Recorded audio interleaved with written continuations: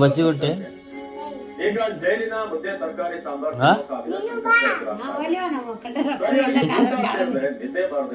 Aadhaar card ತಗೊಂಡಿಲ್ಲ ತಗೊಂಬದ್ ಬಸ್ನಾಗ ಹಚ್ಕೊಳಲ್ಲ ನೋಡ ಬಸ್ನಾಗ ಹಚ್ಕೊಳಂಗಿಲ್ಲ ಅವ್ರು ಸಿನಿಮಾ ಹೀರೋಗಳು ಅಂತಂದ್ರೆ ಒಂದಷ್ಟು ಬ್ಯಾಗ್ ತಗೋದು ಚಿಕನ್ ಮಟನ್ ಅದರಲ್ಲೂ ದರ್ಶನ್ ನಾನ್ ವೆಜ್ ಪ್ರಿಯರು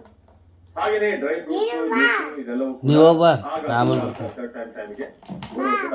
ಆದ್ರೆ ಈಗ ನೀವೊಬ್ಬ ಅದ್ಯಾವುದು ಕೂಡ ಸಿಗ್ತಾ ಇಲ್ಲ